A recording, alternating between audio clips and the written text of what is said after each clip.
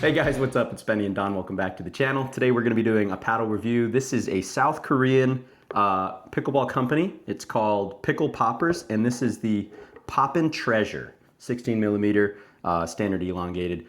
Super fun paddle to play with, and we're just excited to kind of talk a little bit about how it's been for us the last couple of weeks and what we've learned about it, and see if it's something that you guys might be interested in. Do want to say that we have a discount code available on this. It's 15% off. Brings this from $180 to about $153 before tax with free shipping. So that's a cool paddle for $150-ish. Yeah.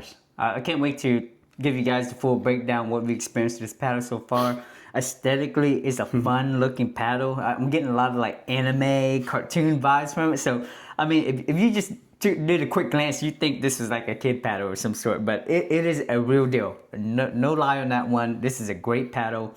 Talking about the construction of the paddle, again, we got the 16 millimeter elongated shape.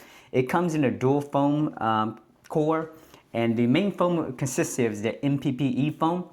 So you're getting a lot of that good pop, but nothing like crazy. And with the dual foam acting on the side, it helps a lot with the rebound, apparently. And I could vouch for that. You can definitely feel it, even though it's such a stiff paddle. But we'll get more into that in a bit here.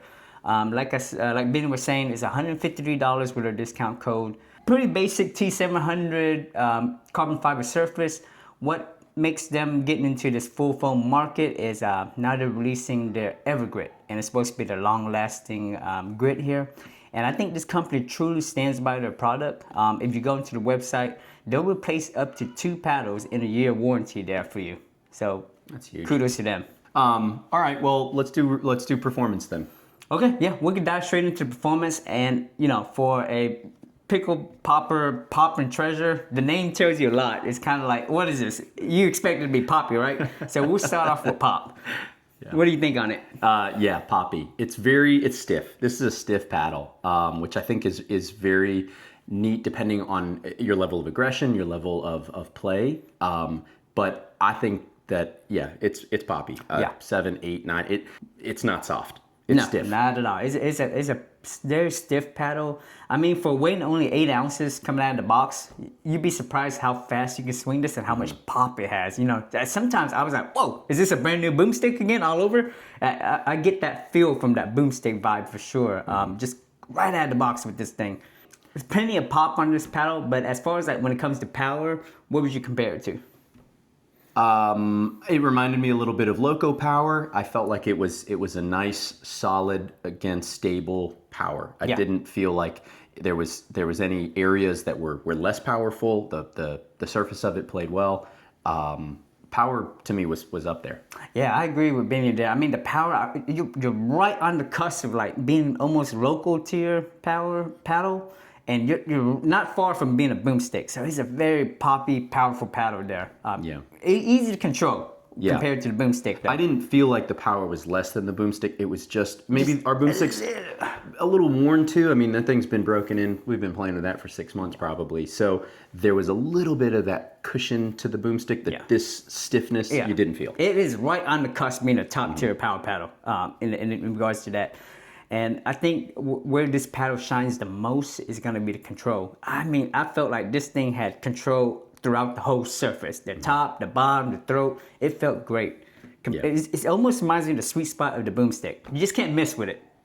I feel like less and less do I run into paddles where sweet spot's an issue. I feel like top tier paddles it's sort of almost an expectation now that you're going to have full surface coverage and the sweet spot's not going to be as pronounced. And this certainly is no less than any of the other ones. But I don't know that that's as much of an issue when I start getting into the $200 range of paddles. I feel like they all, with the full foam, they do that well.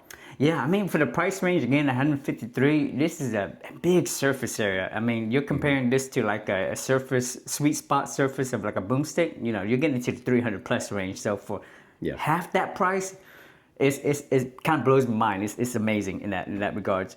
Going into spin, again, they use the EVERGRIT.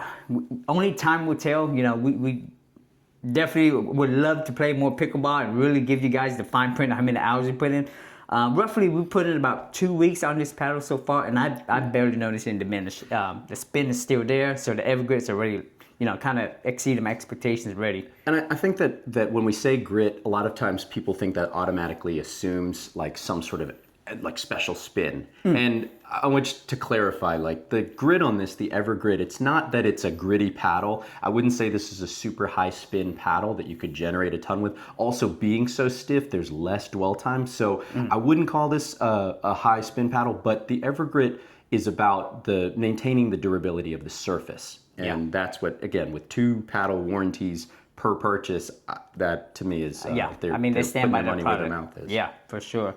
I mean, spin, you're not getting like top tier spin like the 11624 paddles or like Those things are sandpaper. Or like the Honolulu J2K, the Blue Grit. We're not at that quite there yet, but it's enough spin to get you to do the ball what you want. I think it's a fair trade-off. I mean, you're never going to get that much spin out of a stiff paddle because they're more. There's less dwell time, and the point is to be able to rebound balls quickly. So the pop and the power, they kind of counter the capacity for spin. And I kind of wanted to just share you guys' thoughts on what we noticed for the first 2 weeks of playing with this paddle. Again, it is a stiff paddle. It is poppy, but the crazy thing is it's a lot easier to control. It's more easier to control than you think, as long as you trust the paddle. Because you're not getting that feel, like Benny said, you're not getting that dwell time. So you really have to just trust your shots, and that you're gonna have to trust the paddle's gonna do it for you. I felt like I liked the stability of it. It feels great in the hand, so it's not like unwieldy. It definitely does work. And one of the things I think that about when you talk about like high-tech paddles or high-level advanced or aggressive paddles, one of the things that you have to keep in mind is as a lower level player, when you make mistakes, they're kind of muted. You're not hitting as hard, you're not putting as much angle on it. So even if you go big and it goes bad, it's not that bad.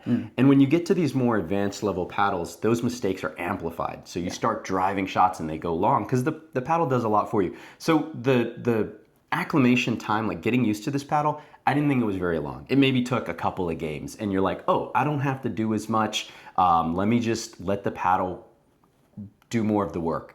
And so, yeah, it was a quick turnover time to go between a softer paddle and then to this one. Yeah.